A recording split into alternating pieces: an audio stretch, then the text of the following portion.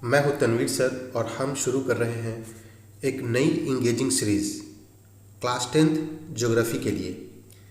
ये सिर्फ पढ़ाई नहीं, एक जर्नी है जिसमें आप सिर्फ मार्क्स नहीं समझ भी कमाएंगे। इस सीरीज़ में मिलेगा आपको clear concepts, interactive slides with smart explanations और हर एक टॉपिक के एंड में एक फन क्विज, ताकि आप खुद अपना रिवीजन कर सको। इस सीरीज़ की मदद से हम ये चाहते हैं कि जब आप एग्ज़ाम हॉल में बैठें तो कंटेंट याद नहीं, समझ के साथ बैठें, समझ के साथ लिखें। एंड यस, वीडियो देखते वक्त आपको ऐसा लगे कि तनवीर सर क्लास में सामने खड़े हैं और आपको पढ़ा रहे हैं। तो चलिए शुरुआत करते हैं चैप्टर 1 से, रिसोर्स एंड डेवलपमेंट। ये चैप्टर सिर्फ सिलेबस का पार्ट नहीं, ये रियल लाइफ का भी पार्ट है। क्या होता है रिसोर्स, कैसे कोई एक चीज़ रिसोर्स बन जाती है और उनका सस्टेनेबल यूज़ क्या होता है और प्लानिंग का क्या यूज़ है इसके मैनेजमेंट में, ये सब हम इस वीडियो में समझेंगे स्टेप बाय स्टेप कंसेप्ट के through. Let's begin with the most important concept, definition of resources. It is everything in our environment that is technologically accessible, economically feasible and culturally acceptable is called a resource. इसका मतलब समझो, कोई भी चीज़ तभी resource बनेगी जब उस तक टेक्नोलॉजी से पहुँच हो, वह इकोनॉमिक टर्म्स में फिजिबल हो और उससे सोसाइटी एक्सेप्ट करती हो। तो सिर्फ होना ही काफ़ी नहीं है, उसका यूज़ कर पाना उतना ही ज़रूरी है। एग्जाम्पल के लिए समझते हैं, पानी, मिट्टी, जंगल, धूप, ये सब नेचुरल रिसोर्सेज हैं और टीचर्स, डॉक्टर्स, इंजीनियर्स, ये सब ह्यूमन रिसोर्सेज हैं जो अपनी स्किल से मटेरियल को वैल्यूएबल एसेट बनाते हैं।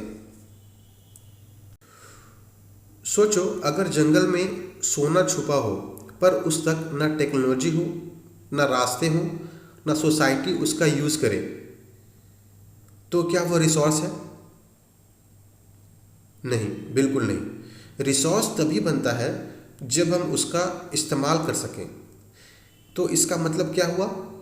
हमारे पर्यावरण में मौजूद वे सभी वस्तुएं जो तकनीकी रूप से सुलभ, आर्थिक रूप से लाभकारी और सांस्कृतिक रूप से स्वीकार हो, तब हम उन्हें संसाधन कहेंगे।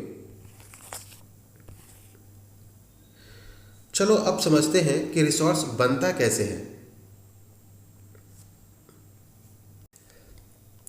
Resources are formed through the interaction between nature, human beings and technology. Nature provides the raw materials, human beings utilize, modify and innovate. Technology converts material into usable forms and institutions make them worth by their capability. इसको हम थोड़ा इस triangle से समझने की कोशिश करें। देखो, इस ट्रायंगल को यहाँ लिखा है inter relationship of resource formation.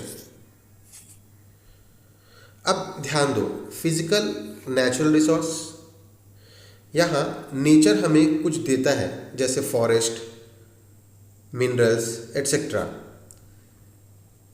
Human उसको समझते हैं और उसे यूज़ करते हैं। टेक्नोलॉजी के थ्रू उसे एक्सट्रैक्ट और प्रोसेस किया जाता है और इंस्टीट्यूशन हमें कैपेबिलिटी देती है उसको डेवलप करने के लिए। तो ये एक सिंपल ट्रायंगल नहीं था, हमें बता रहा था रिसोर्स का डीएनए फॉर्मेशन। दूसरे डायग्राम में सेम बात कही गई है। Here we have used the example of sun. यहाँ पे तीन चीज़ें हैं, nature, human being, institutions and technology to develop.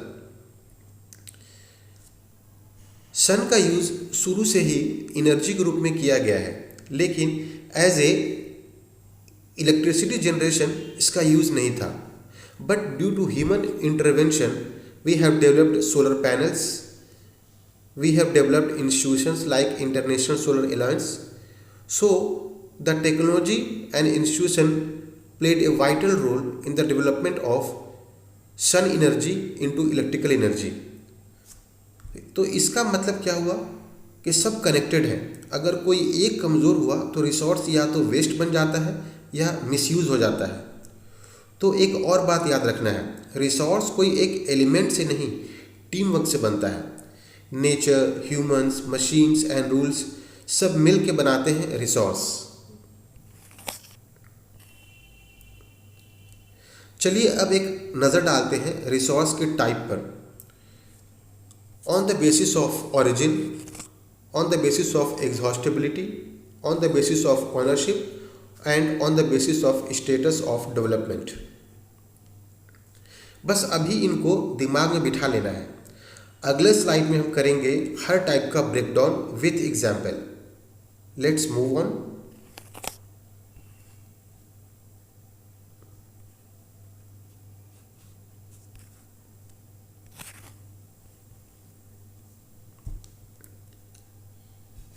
अब चलिए पहले दो क्लासिफिकेशन को देखते हैं विजुअल के थ्रू। लेफ्ट साइड में देखिए, on the basis of origin. Here biotic resources, ये वो रिसोर्सेज हैं जो लिविंग ऑर्गेनिज्म से मिलते हैं, लिविंग थिंग से मिलते हैं, जैसे plants, animals, humans etcetera. Easy याद रखने के लिए कह सकते हैं कि बायोटिक मतलब लाइफ। ए बायोटिक ये बनते हैं नॉन लिविंग थिंग से, जैसे एयर, वाटर, सोयल। ये रॉक्स का इमेज आपको याद दिलाएगा कि abiotic means non living. On the basis of exhaustibility, exhaustibility का मतलब है समय सीमा, ये कब खत्म होगा। इसको दो कैटेगरी में डालते हैं, renewable resources and non renewable resources. Renewable resources जो बार बार मिल सकते हैं, रिप्लेनिश हो सकते हैं ह्यूमन लाइफ साइकिल में। For example sunlight, wind energy, तो उसको हम दोबारा पा सकते हैं। नॉन रिन्यूएबल रिसोर्सेज वो रिसोर्सेज हैं जो एक बार यूज़ हो गए तो ख़त्म या बनने में हज़ारों साल लगते हैं, जैसे कोल, पेट्रोलियम, नेचुरल गैस। ये ऑयल ड्रम का एग्जाम्पल आपको याद दिलाएगा कि ये नॉन रिन्यूएबल रिसोर्सेज है। तो जब भी कोई चीज़ देखो एक बार सोचना, क्या ये लिविंग सोर्स है या नहीं, और क्या ये यूज़ के बाद वापस मिलेगी। आंसर मिल जाएगा ये किस कैटेगरी का रिसोर्स है।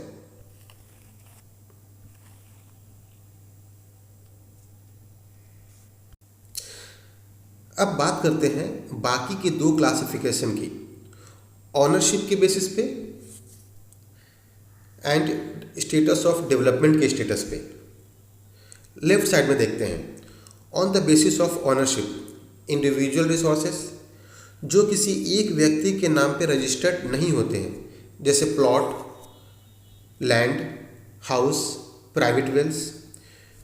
कम्युनिटी रिसोर्सेज ये वो रिसोर्सेज हैं जिसको सभी लोग यूज़ कर सकते हैं, जैसे public parks, village, grazing land, community well etcetera. National resources ये पूरे देश के होते हैं और गवर्नमेंट के कंट्रोल में होते हैं, example forest, roads, rivers, minerals. International resources वो रिसोर्सेज होते हैं जो इंटरनेशनल लॉ के अधीन होते हैं। इसके बारे में अभी हम और पढ़ेंगे। अब राइट साइड में देखो, on the basis of status of development. Potential resources जो रिसोर्स मौजूद हैं पर अभी तक यूज़ नहीं हुआ है, एग्जाम्पल राजस्थान एंड गुजरात के wind and solar resources. Now developed resources जिनका सर्वे, क्वांटिटी एनालिसिस सब हो चुका है और वो पूरी तरह से यूज़ हो रहे हैं, जैसे कोल। स्टॉक ऐसे रिसोर्सेज जिनका पोटेंशियल तो है लेकिन हमारे पास टेक्नोलॉजी डेवलप नहीं है, जैसे hydrogen gas, geothermal energy. Reserves ये स्टॉक के ही एक प्रकार है, लेकिन इसका अभी यूज़ नहीं किया गया है, इनको सेफ रखा गया है, इनको रिजर्व्स कहेंगे। जब आप किसी रिसोर्स के बारे में पढ़ो या देखो तो ये दो चीज़ें ज़रूर सोचो, वो रिसोर्स किसकी मिल्कियत है, मीन्स ऑनरशिप कौन है, और उसका डेवलपमेंट स्टेटस क्या है, वो हमें मिलेगा या नहीं मिलेगा, लाइक दिस। एक बहुत ही इम्पॉर्टेंट कंसेप्ट है नेशनल जुरिस्डिक्शन का, कि सी में कहाँ तक किसी कंट्री का जुरिस्डिक्शन होता है। तो इस मैप के थ्रू आप देखिए, यहाँ तक जो 12 नॉटिकल माइल्स है, इसमें इंडिया का कंप्लीट जुरिस्डिक्शन है। ये 12 nautical miles to 200 nautical miles का डिस्टेंस है, और ये बियॉन्ड 200 नॉटिकल माइल्स का डिस्टेंस है। चलिए अब समझते हैं कि इसका मतलब क्या हुआ।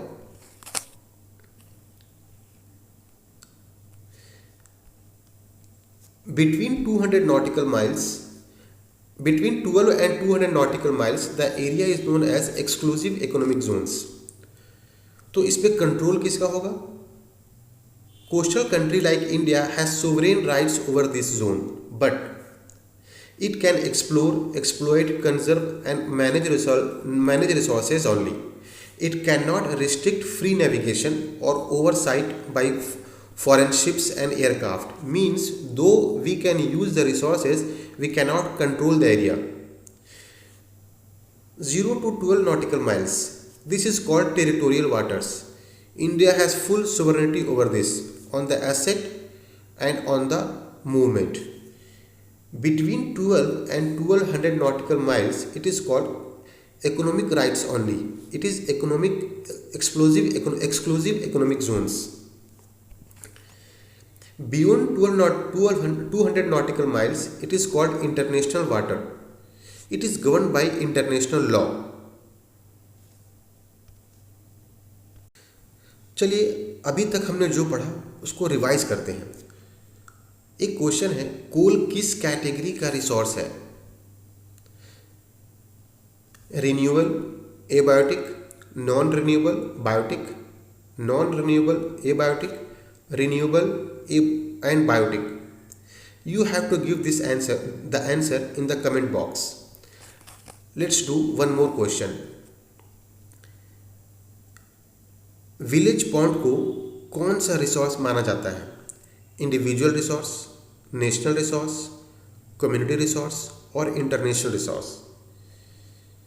इन दोनों क्वेश्चन को आपको कमेंट बॉक्स में आंसर करना है। अब हम एक बहुत इंपॉर्टेंट कंसेप्ट पे आ जाते हैं, सस्टेनेबल डेवलपमेंट।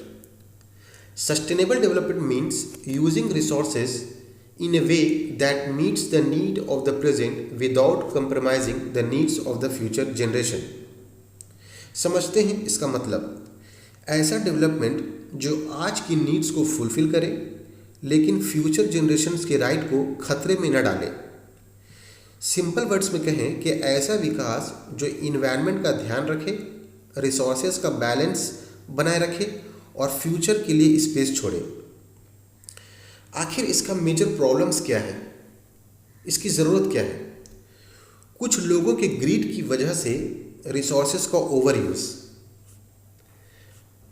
और accumulation of resources in hands of few. तो अगर हम सबको इक्वल ग्रोथ देना चाहते हैं तो sustainability is the only way. अब जानते हैं रियो दे जेनेरी अर्थ समिट के बारे में। ये समिट हुआ था जून 1992 में ब्राज़ील के रियो दे जेनेरी में। इस ग्लोबल मीटिंग में कई देश ने मिलकर डिस्कशन किया इन्वायरमेंट प्रोटेक्शन के ऊपर, सोशल इकोनॉमिक डेवलपमेंट के ऊपर, और उसी समिट में लॉन्च किया गया एजेंडा 21। एजेंडा 21 एक ग्लोबल डिक्लेरेशन है 21st सेंचुरी के लिए कि इसका सस्टेनेबल डेवलपमेंट, कि हमें रिसोर्सेज का सस्टेनेबल यूज़ कैसे करना है।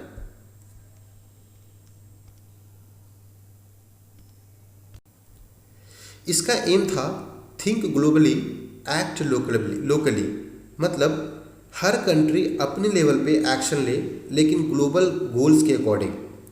सो स्टूडेंट्स, याद रखना है, सस्टेनेबल डेवलपमेंट सिर्फ एक कंसेप्ट नहीं, ये हमारी रिस्पॉन्सिबिलिटी है हर एक जनरेशन्स के लिए। चलिए आगे बढ़ते हैं और जानते हैं रिसोर्स प्लानिंग। हम बात कर रहे हैं रिसोर्स प्लानिंग की। ये एक स्मार्ट और रिस्पॉन्सिबल तरीका है रिसोर्सेज को जुडिशियस यूज़ करने का। रिसोर्स प्लानिंग का मतलब है पहले तो रिसोर्सेज का प्रॉपर सर्वे करना, उसका आइडेंटिफिकेशन करना, फिर डेवलपमेंट प्लानिंग करना, और लास्ट में इंश्योर करना कि जो यूज़ हो रहा है वो सस्टेनेबल यूज़ है कि नहीं। गांधी जी का एक इम्पॉर्टेंट व्यू पॉइंट है, the world has enough for every one's need but not for every one's greed. उन्होंने कहा है कि प्रेजेंट जनरेशन की ग्रीड और सेल्फ इंटरेस्ट ही ग्लोबल रिसोर्स को डिप्लीट कर रहा है।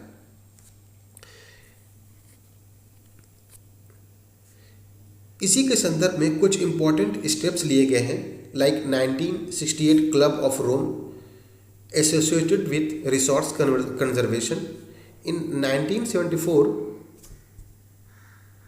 स्मॉल इज़ ब्यूटीफुल, ये बुक ने हाईलाइट किया गांधी जी की फिलॉसफी इन सिंप्लिसिटी। उन्होंने सर्वोदया की बात कही थी।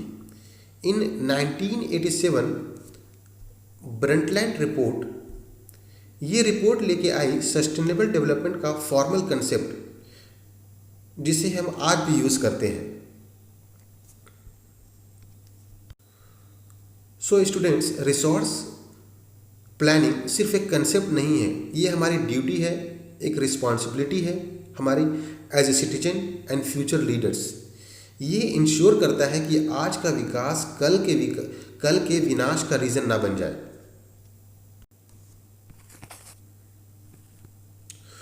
तो दोस्तों, ये था हमारा पहला चैप्टर रिसोर्सेज एंड डेवलपमेंट का पार्ट 1 of 2। नेक्स्ट वीडियो में हम पढ़ेंगे land resources and soil types, जिसमें हम और भी इम्पॉर्टेंट कंसेप्ट को समझेंगे और आपको हम क्वेश्चंस डिस्कस भी करेंगे एनसीईआरटी के सॉल्यूशंस का।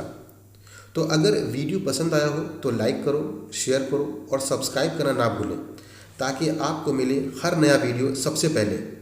मिलते हैं अगले क्लास में, तब तक के लिए keep learning and stay curious. Thank you.